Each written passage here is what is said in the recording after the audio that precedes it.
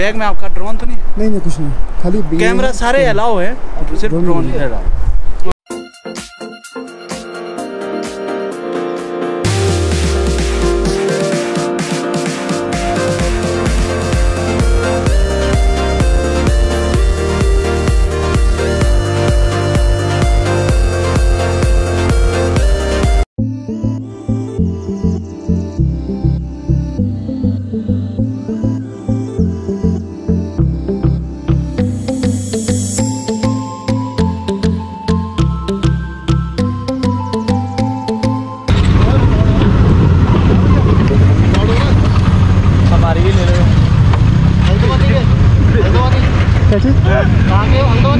नैनीताल देने हुणे मिलते हैं।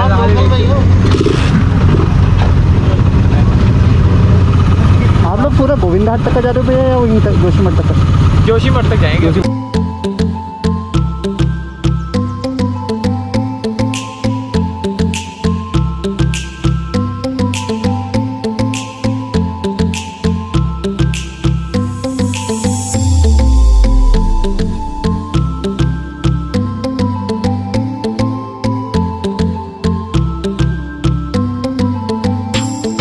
हाय गाइस, तो मैं आया हूँ वैली ऑफ फ्लावर के ट्रैक पे और हेमकुंड साहिब के ट्रैक पे।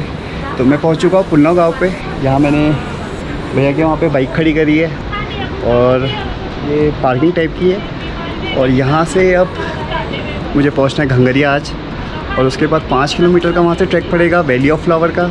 और उधर का कितना है हेमकुंड साहिब का? 7। हेमकुंड साहिब का ट्रैक कितना है? यहाँ से 16 किलोमीटर। यहाँ से 16 ना? और घंगरिया से? घंगरिया से 6। घंगरिया से 6 किलोमीटर। तो आज का जो स्टे है वो होने वाला है घंगरिया पे। और अब हम चालू करते हैं अपना ट्रैक। मैं हूँ इस समय पुलना गांव पे, और जहाँ पे मैं खड़ा हूँ वहाँ से जस्ट ऊपर चालू होता है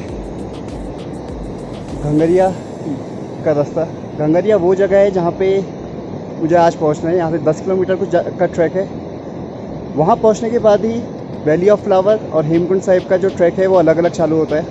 तो यहाँ से 10 किलोमीटर का ट्रैक चालू होता है। अगर आप लोग ज़्यादा सामान के साथ आए हैं तो यहाँ पे आपको पोर्टर मिल सकता है, घोड़े मिल सकते हैं। और अगर आप मेरी तरह ट्रैकिंग पसंद करने वाले हैं तो बस आपको चलना है यहाँ से पैदल हल्के हल्के। और पूरा रास्ते में जो है नीचे नदी बह रही है और ऊपर से कुछ झरने गिरते हुए दिख रहे हैं, और जो वैली व्यू है वो बहुत ही ज़बरदस्त है। तो शुरुआत करते हैं अपने ट्रैक की।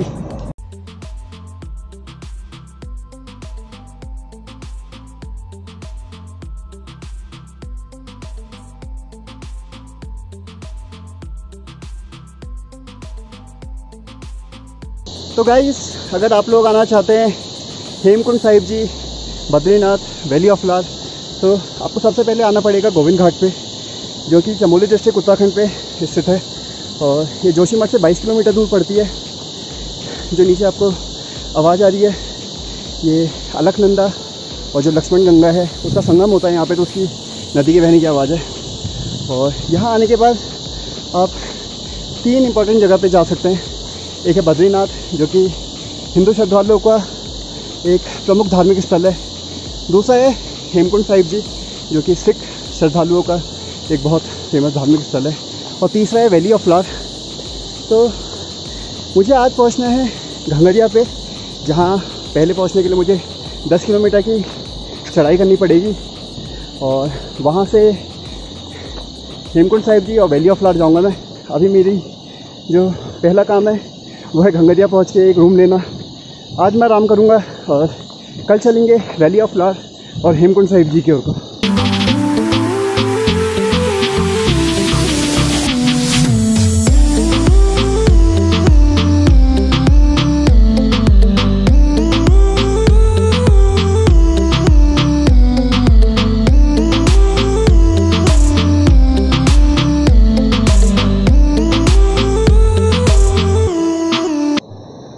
तो गाइस, पूरे रास्ते पे कुछ इस तरह छोटे छोटे शेड्स हैं और उन पे बेंचेस हैं। तो अगर आप ट्रैकिंग करते हुए थक गए हैं तो यहाँ पे बैठ सकते हैं।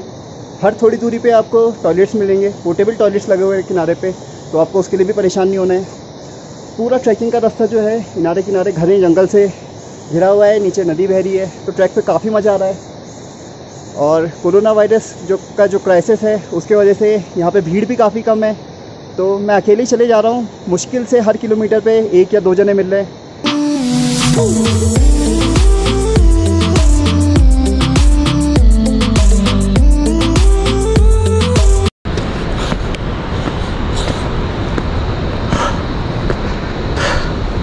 अकेले हो जी। कहाँ से आए? नैनीताल।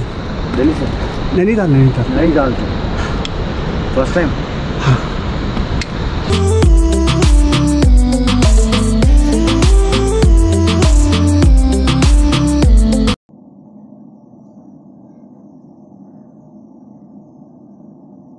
मैं पहुंच चुका हूं घंगरिया पे और मैंने रूम ले लिया है। 300 किलोमीटर बाइक चलाना और उसके बाद क्योंकि कर्णप्रिया के बाद रास्ता बहुत ही गंदा था, 1-2 जगह तो मैं गिर भी गया बाइक से। और उसके बाद 10 किलोमीटर की जो ये ट्रैकिंग है, क्योंकि मैं सामान बहुत ज़्यादा लाया था तो चढ़ने में काफ़ी टाइम लग गया, क्योंकि वीडियो भी बना रहा था। अब मैं थोड़ी देर सोता हूँ और फिर आपसे मिलेंगे वैली ऑफ फ्लावर के ट्रैक पे। तो तब तक आके लिए हाय गाइस। तो सुबह हो चुकी है और मैं तैयार हो चुका हूँ वैली ऑफ फ्लावर जाने के लिए। ये था मेरा रूम जो अभी थोड़ा फैला हुआ है।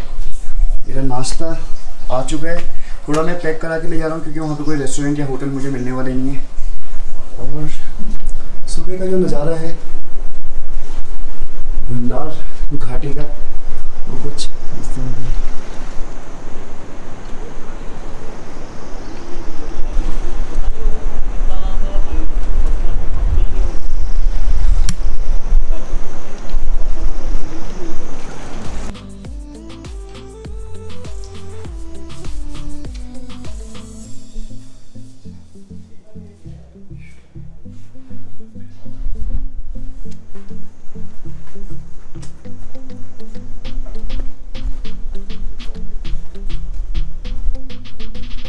तो मैं हूँ इस समय घंगरिया पे और सुबह के 7:30 बजे हुए हैं। मैं जा रहा हूँ आज वैली ऑफ फ्लावर की ओर को। घंगरिया पे आपको छोटे बड़े बहुत सारे होटल मिल जाएंगे और गढ़वाल मंडल विकास निगम GMBN का जो है वो यहाँ पे एक रेस्ट हाउस भी है, आप वहाँ पे भी रह सकते हैं। लेकिन जो फैसिलिटीज़ हैं वो होटलों पे थोड़ी आपको ज़्यादा अच्छी मिल जाती है।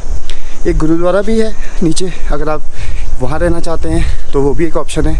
मैंने एक रूम लिया क्योंकि थोड़ा सा कमरा ज़रा ज़्यादा अच्छा मिल जाता है और गर्म पानी और इसकी जो आपकी सुविधा होती है वो मिल जाती है।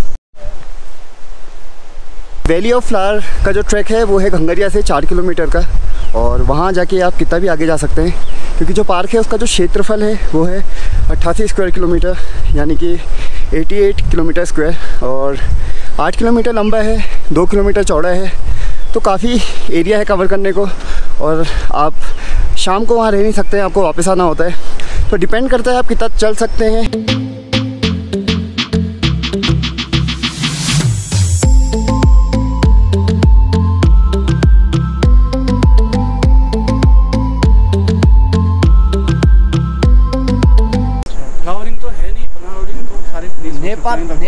नेपाल के लिए चाहिए मिलेगा आपको फ्लावरिंग, और बाकी आपको वो ब्यूटी देखनी है वैली की तो वो आप जा सकते हैं। ये मतलब इस आशा से आए होंगे आपके फूल दिखेंगे वैली के अंदर ना के बराबर सब में सीट आ। तो सबसे ज़्यादा फूल यहाँ पे किस टाइम पे दिखते हैं? मिड जुलाई टू मिड अगस्त तक है ना? हाँ जी।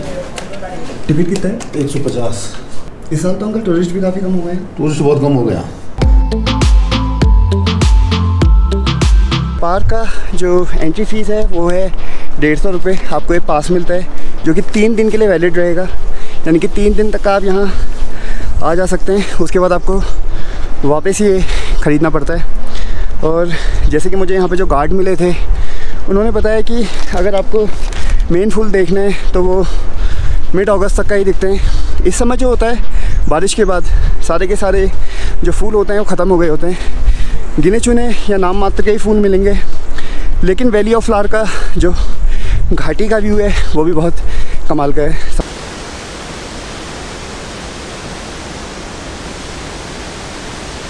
फूलों की घाटी जो है वो जिस घाटी में स्थित है उसका नाम पुष्पावती है, और नीचे जो नदी बह रही है मेरे उसका नाम भी पुष्पावती है। कहा जाता है कि जिस समय महाभारत टाइम पे पांडव यहाँ पे आए थे तो उन्होंने इस नदी पे फूल बहते हुए देखे थे, तो उन्होंने इसका नाम पुष्पावती रख दिया था।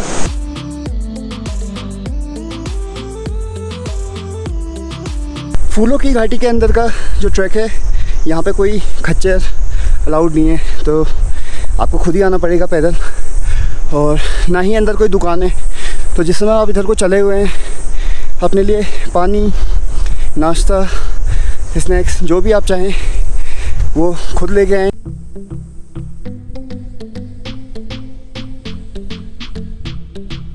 मैं पहुंच चुका हूं फूलों की घाटी के ओर, और मेरे जस्ट पीछे फूलों की घाटी। इस समय जैसे कि गार्ड ने कहा था, फूल बहुत कम है, नाम मात्र के हैं, लेकिन जो इसकी खूबसूरती है वो बिल्कुल भी कम नहीं है। शायद जब फूल खिले होते हैं तो वो 1000 गुना बढ़ जाती है, लेकिन अभी भी ये बहुत खूबसूरत दिख रही है। चलते हैं आगे की ओर को और देखते हैं प्रकृति ने हमारे लिए क्या क्या रखा है देखने के लिए।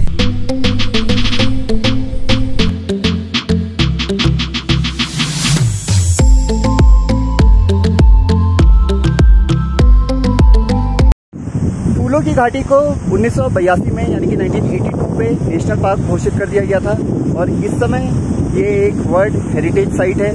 तो काफ़ी मशहूर जगह है, यहाँ पे बहुत सारे बॉटनिस्ट आते हैं, जो पर्वतारोही होते हैं वो आते हैं, और जो लेखक होते हैं वो आते हैं, मेरी तरह घुमक्कड़ आते हैं। तो बहुत सारे टूरिस्ट, पर्यटक, हर तरह के लोग यहाँ आते हैं इसकी खूबसूरती को देखने के लिए, निहारने के लिए।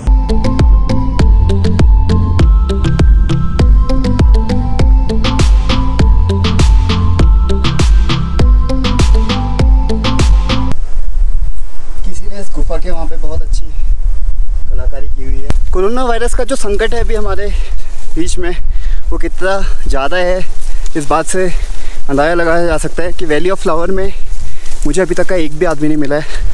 मैं अकेले ही आया हूँ, शायद सुबह में सबसे पहले पहुँच गया हूँ यहाँ पे।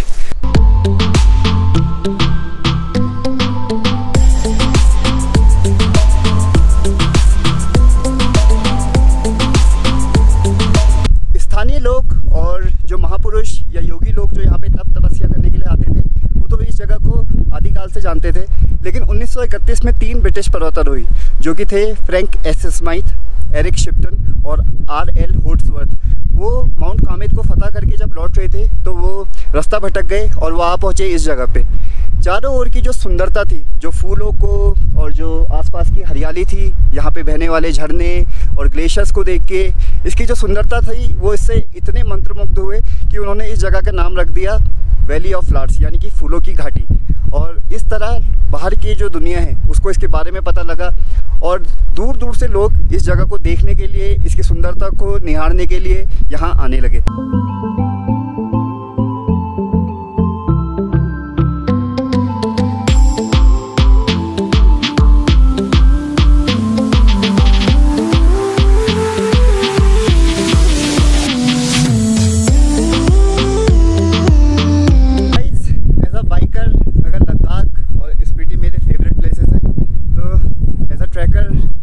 वैली ऑफ फ्लावर ने दिल जीत लिया है। मैं चाहे सितंबर में आया हूँ, यहाँ पे फूल उतने ज़्यादा नहीं है, लेकिन जो यहाँ का व्यू है और जो यहाँ आके फीलिंग आ रही है, मैं उन्हें शब्दों में बयान नहीं कर सकता।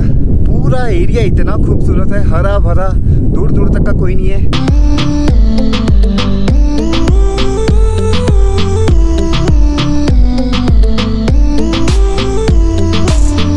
मेरे जस्ट पीछे है एक पूरा खुला हुआ मैदान, जिसमें दूर दूर तक का, जहाँ तक का मैं देख सकता हूँ, वहाँ तक का जो यहाँ के लोकल फूल हैं अभी जो इस समय ही खिले रहते हैं, खाली वो बचे हुए हैं। और जो बाकी के फूल हैं वो सारे के सारे मुरझा चुके हैं, उनकी पंखुड़ियाँ सारी की सारी सूख चुकी हैं, पत्ते गिर चुके हैं। सोचिए कि जिस समय आप अगस्त मिड में यहाँ आते होंगे और इसी तरह किलोमीटर दूर तक का आपको ये पूरी की पूरी घाटी फूलों से ढकी हुई दिखती होगी।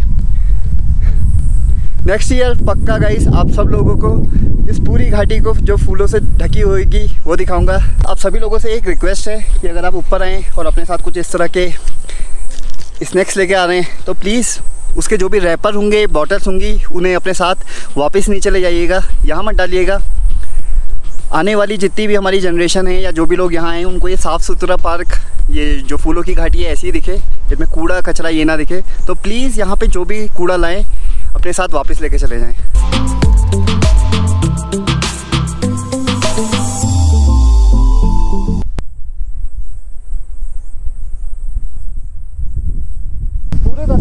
वाला जो पत्थरों की ट्रेल है, आपको केवल इसी को फॉलो करना है और आप लास्ट तक पहुँच जाएंगे। अगर आप इधर उधर फ़ोटो खिंचाने या वीडियो के लिए भी जाते हैं तो भी वापस इसी ट्रेल पे आ जाइए। ये ट्रेल आपको वापस पार्क के जो स्टार्टिंग है वहाँ तक पहुँचा देगी।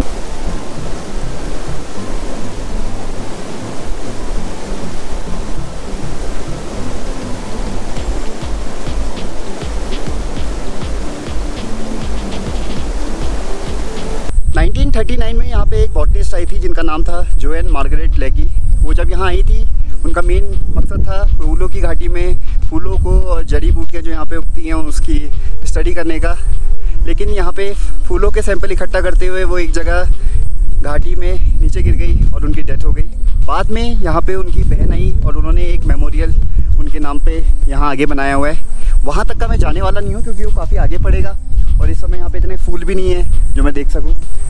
तो फूलों की घाटी के इस नज़ारे को मैं अपने साथ अपने मेमोरी में लेके जा रहा हूँ और पक्का वादा है कि अगले साल आऊँगा और यहाँ सारे के सारे जो फूल उगे होंगे उस टाइम पे इसे देखूँगा।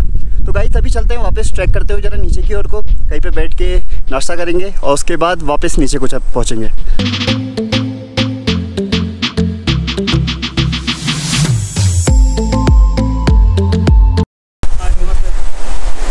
कैसे हो? आते वक्त तो नहीं, लेकिन लौटते हुए मुझे कुछ लोग मिले। अभी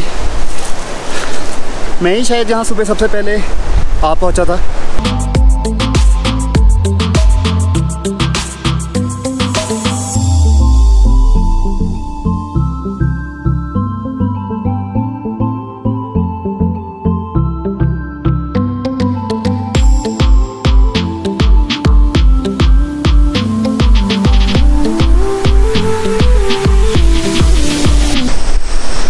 गाइस मैं नीचे चेक पॉइंट के कुछ ही मीटर दूर हूँ और इसके बाद मैं पहुँच जाऊँगा जल्दी घंगरिया। अच्छा अंकल, अगर कोई बाई द वे ज़्यादा देर तक ऊपर रहेगा तो कितनी देर तक रह सकता है? 4 बजे। 4 बजे फिर तो 4 बजे यहाँ चेकआउट है। नहीं, जैसे बाई द वे किसी को लेट हो गया उतरने में तो फिर मंगाते हैं SDRF को।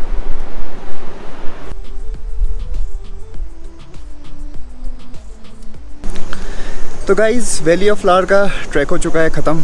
बहुत खूबसूरत नज़ारे देखे मैंने। मैं अपने रूम पे आ चुका हूँ और थोड़ा थका हुआ हूँ तो इसके बाद सीधे सो जाऊँगा। आई होप कि आपको ये जो वीडियो है वो काफ़ी पसंद आया है और चैनल को लाइक करिए, सब्सक्राइब करिए और कमेंट करिए इस व्लॉग पे। और जल्दी ही वापस आएंगे नेक्स्ट ईयर। इस बार हम आएंगे जब फूलों की घाटी में पूरे फूल ही फूल होंगे। तो मिलते हैं नेक्स्ट व्लॉग पे। बाय।